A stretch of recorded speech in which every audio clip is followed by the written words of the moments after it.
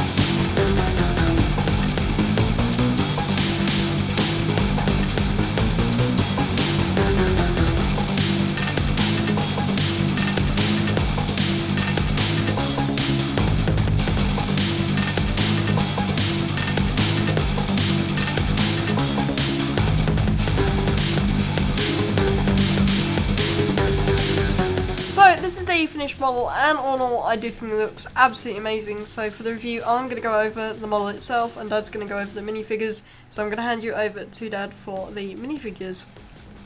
Right, so it's actually quite a nice selection of minifigures in this set. The first one is a little bit basic, but it is very small, so there's not a lot that can do with it, which is Tod 360. It's a single piece. There's a little bit printed on the face and on its stomach, but other than that, there's not a lot to it. It's probably slightly bigger than one of the micro figures in a set, for example, the castle that's at the side of us. So it's like the size of that with a head on top. So it is a very small, but yeah, it's a nice piece. Then we'll go on to the main minifigures. So we have Fennec Shand, Fennec Shand actually has a little briefcase as well. And then you have the two options. So you can have the hairpiece, or you can have the helmets, which you see throughout all the series.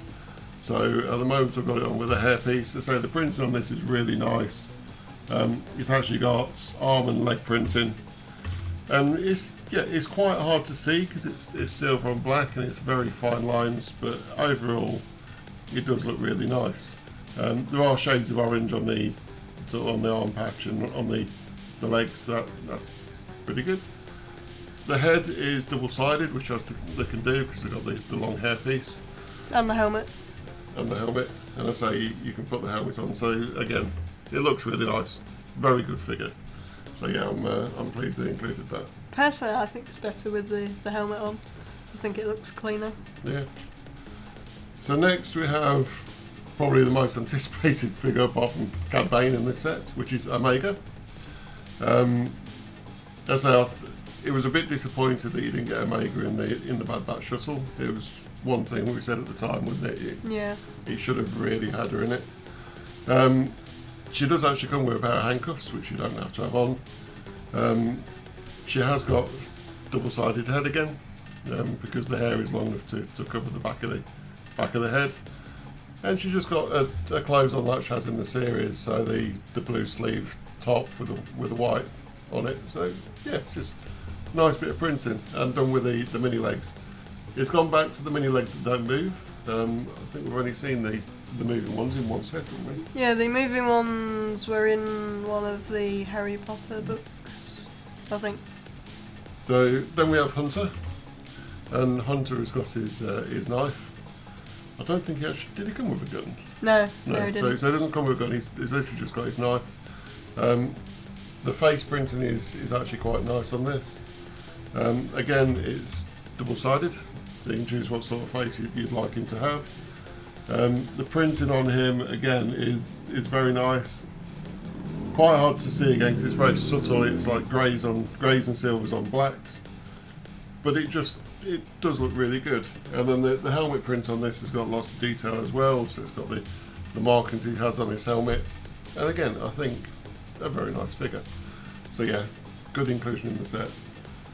And then we have the one that's the main character for this set, so Cad Bane. And this is a very, very cool looking minifigure, to be honest. The printing on it is quite nice. It's got like has almost like a formal suit with bow tie effect, so that's really cool.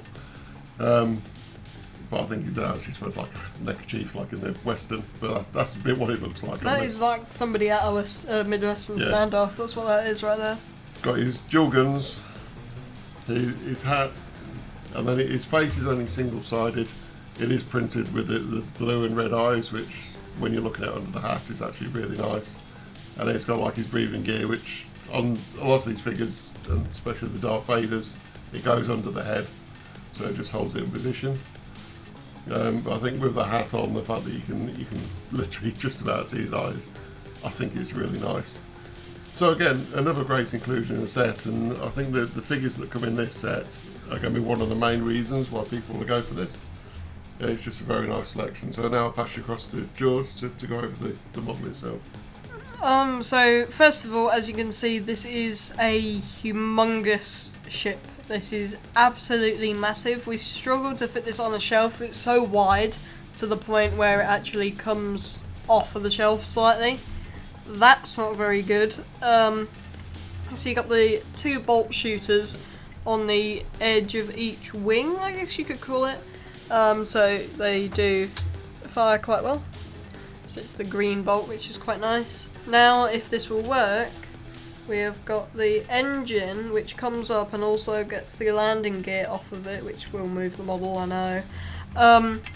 And it does actually look really nice when it is up, so that's flight mode. Yeah, so just to try and show the mechanism. So if I move the engine back now, you'll see the landing gear comes down, and I think they've done that very well actually. It's a nice function on that. Sorry, hand it back to yourself, George. And with when Dad was trying this just to make sure he's able to do it. He did break it. Breaking Dad. That's really all I wanted to say about that. It was the very bottom bit, it's not held on by very much, so it will come off reasonably easily. So one of the things that I really don't like about this set is at the back, as you can see, there is Technic that you can completely see. There is literally a hole that goes straight through the model. That is something that I really don't like.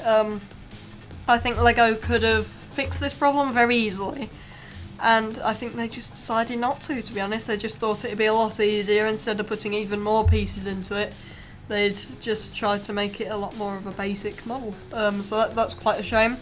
So we've got like some of the pieces, but the parts of the wings which you can properly see from the outside. So you've got all the mechanics and stuff, identical on both sides, which is pretty interesting. So the wings do lift up, so the edge of them do go up, and that is showing even more technique. And it's literally just so that you can hide a bolt shooter, or hide a bolt for the bolt shooter on the inside. So that's literally all that's there for, you know. Now the front does open, the very front of it, and it opens reasonably far back as well.